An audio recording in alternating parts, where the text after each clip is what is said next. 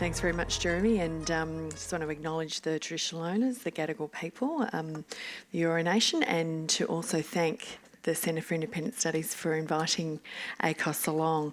It's actually been fantastic. Simon and I have been in the same rooms on a number of occasions over the last period of time, and I think this is a healthy sign that some of us, I think, probably share some frustration about the lack of getting real progress on some common ground for reform in areas where we really need it, that we are doing our very best to listen to each other, to work out where we can find common ground, because I think it's in all of our interests to try and unstick some of what has got stuck in Canberra. Look, I wanted to just to briefly give you a bit of a big picture. I mean, ACOSS has a particular focus on protecting people from poverty in Australia, but with an eye to the common good. And so certainly we do have a sort of a strong focus on economic policy and social policy and environmental policy, because all of these things kind of come together. We've certainly, I'm just going to check that we're flicking through a lot of Jeremy's wonderful slides here, and I've only got a couple. We certainly do agree that we have a budget challenge. That whilst we're not in a crisis, we've certainly got a future that if we don't do some serious work on making sure that we are appropriately got the right combination of revenue generation and also the right well-targeted expenditure, it is a great story for Australia that we are living longer, our health outcomes are fantastic. Yes, we can afford a wonderful future for everybody, including the babies being born today, but we have to make it work. And that is why we're all here having a serious look at the big picture. So it is important for us to acknowledge that over the most recent period of time, we've had very strong economic growth, but we have had a fall off in our revenue picture. It's often sort of put out there, this debate about are we a big taxing country? We could probably have a discussion about that, but certainly in terms of the balance over the budget, we've had a big fall off in revenue, and we have some areas of significant growth in expenditure, and I just want to touch on where the real pressure points are there. I do think it's important for us to, hot topic Greece, right? But I think it's very important for us to be as factual as we can about exactly where Australia is at here in terms of our expenditure. We are not anywhere near sort of the high spending side of the OECD. We're on the lower side in terms of our transfer or cash payments. You can see where Australia is. We're right sort of down on the bottom end of it. So the OECD average is about 13% of GDP. We're tracking at about 8.6% of GDP. I want to touch here because, look, often when we talk about the welfare budget, in the public's mind, they most typically think about a person who's unemployed. But the reality is that in terms of those key payments, like the payment for a person if they're unemployed, payment for you if you're on a disability, if you have a disability, those areas of the payments, the working age payments, have been declining in terms of number of people relying on those payments proportionate to the population. And so this is not the area of growth in terms of our welfare expenditure. The area of big pressure for us is absolutely in the area of the age pension, health, schools. Those are the areas of real growth. And that is certainly why we at ACOSS, together with many others, have been having a serious look at what we do need to do to make sure that the expenditure that we've got going into these important areas are well targeted and that we're getting the most out of the investment in this kind of expenditure to place us in a strong footing into the future. So it is one of the reasons for us that we carefully looked at what the reforms that were needed in the age pension. We agree that the age pension is not a universal payment, it is a safety net payment. So to that extent, it is appropriate for it to be income and assets tested. We certainly didn't support the proposal by the federal government to reduce the value of the base rate of the age pension, the reducing it from index to wages down to CPI CPI. We felt that that was the wrong way for us to look at where we should be appropriately targeting the age pension. Our view, which we had advocated for a number of years, was that what we should be doing in the short term is restoring the assets test back to essentially where it was at the 2007 period. And that is essentially where we've got the reform to at this point in time. But in our view, the much more bigger structural changes that we need to be looking at is overall the retirement income system, and obviously for us also particularly superannuation. Jeremy talked about David Murray's important piece of work on the financial services inquiry.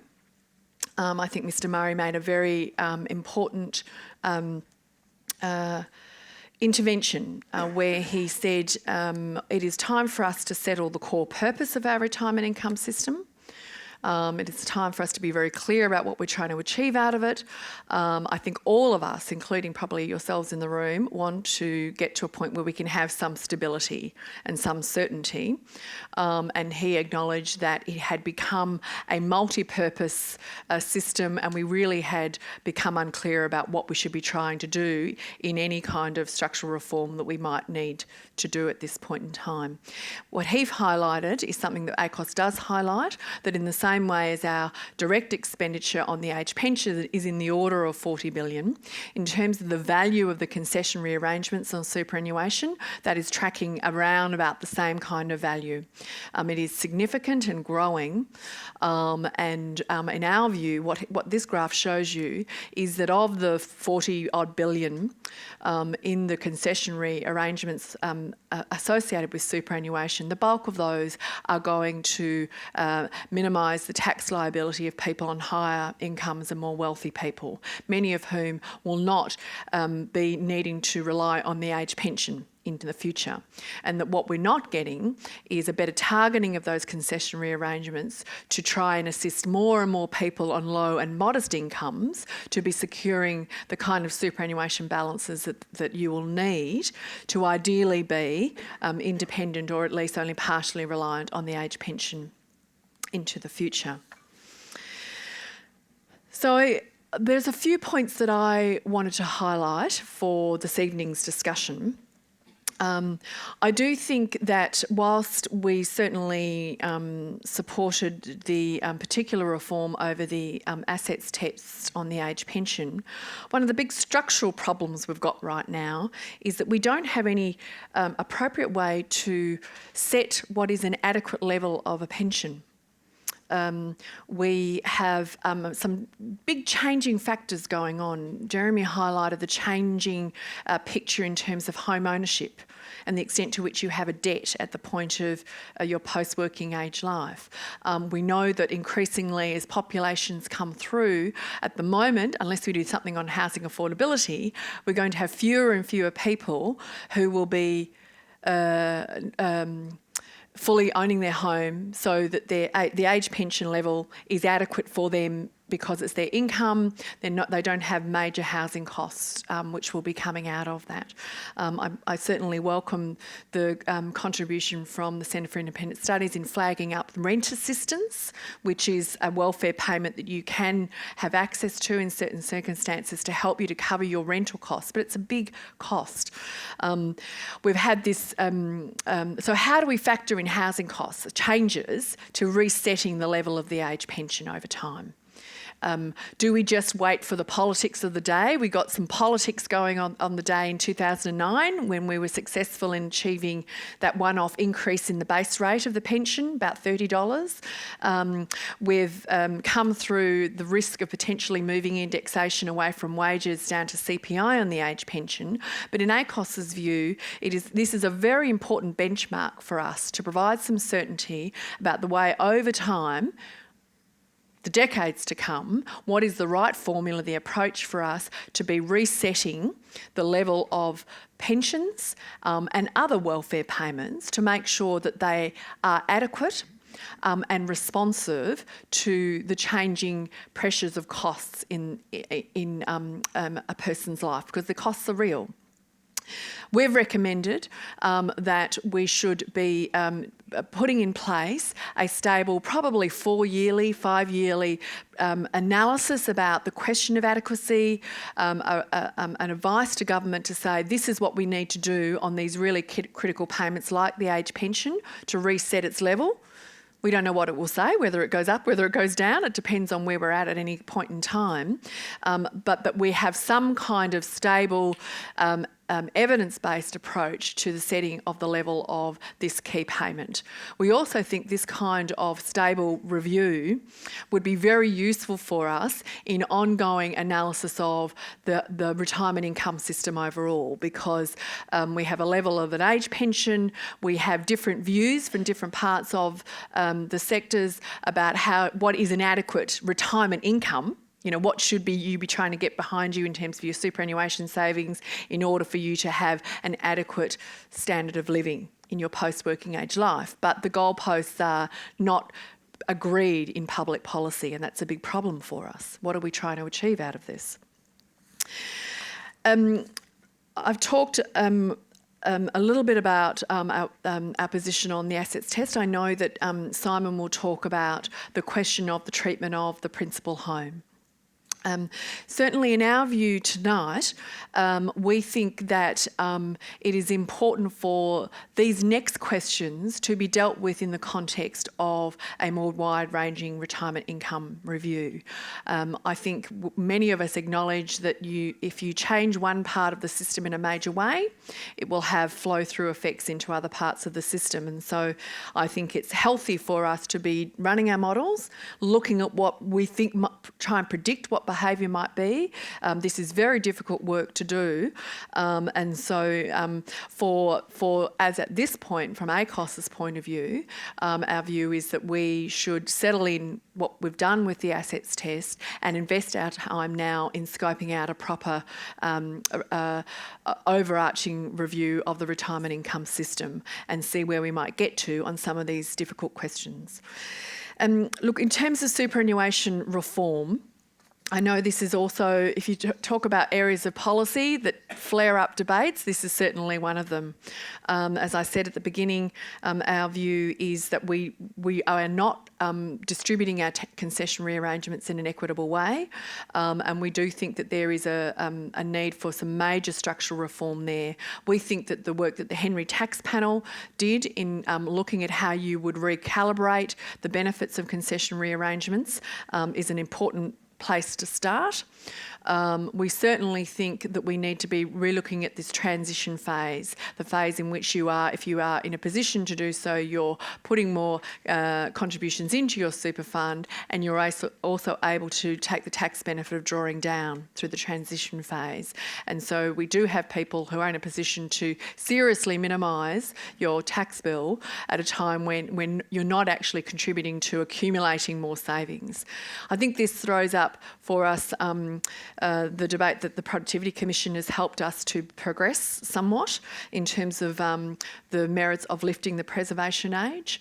ACOSS, in our last federal budget submission, we also flagged that this is something that should be considered.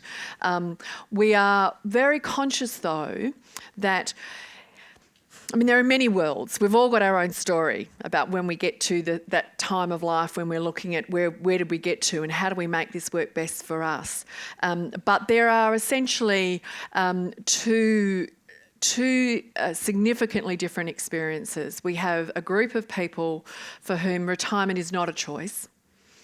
Either you become unwell, you secure a disability, or you experience the ravages of mature age worker discrimination. And you've hit a certain age where nobody appears to be interested in helping you to retrain, and you go on to the unemployment payment, and you are one of the people that is in that group of people who are facing a long future living on an unemployment payment, which is now just $37 a day, for a long time, before you get to the point of being able to access the higher rate of the age pension. This is a big challenge for us in Australia. I was saying to Jeremy before I came up here, there have been many policy thinkers putting efforts on the table, trying to get programs in place to lift up participation rates of older workers, and there seems to be something deeply cultural for Australia about why it becomes so hard at a certain age, and I think the debate will be forced on us. It's kind of coming in terms of the availability of workers proportionate to the overall population, but I think we need to make this a very specific debate that pushes us hard to understand why, with our often common comparator, New Zealand, we are so far behind on that front. So I do think that if we are to move towards a lifting of the preservation age, we need to make sure that we have a very carefully structured early access system in place to make sure that we are protecting people, alleviating people from poverty who are in that category, who really are not able, for one reason or another, to continue to participate in paid work.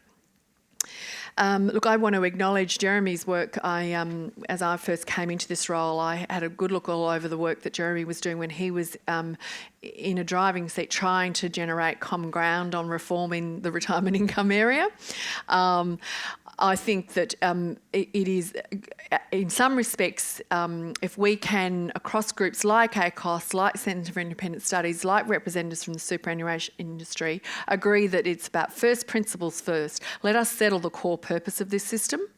In our view, as I say, it is about protecting people from poverty and also facilitating people to secure an adequate income in your post-working age life, which means that you can be independent.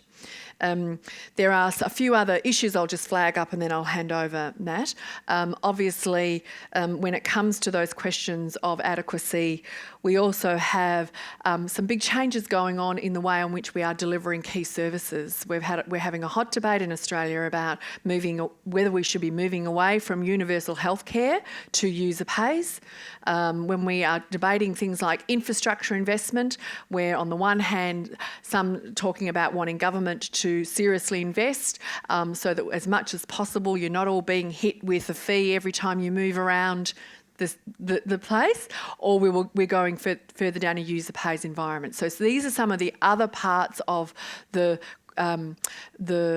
environment in which we will live in the future, which will absolutely bear on the question of whether or not, as an older person, you are able to live with dignity, fully participating, and ideally enjoying your health for a very, very long time. Thank you.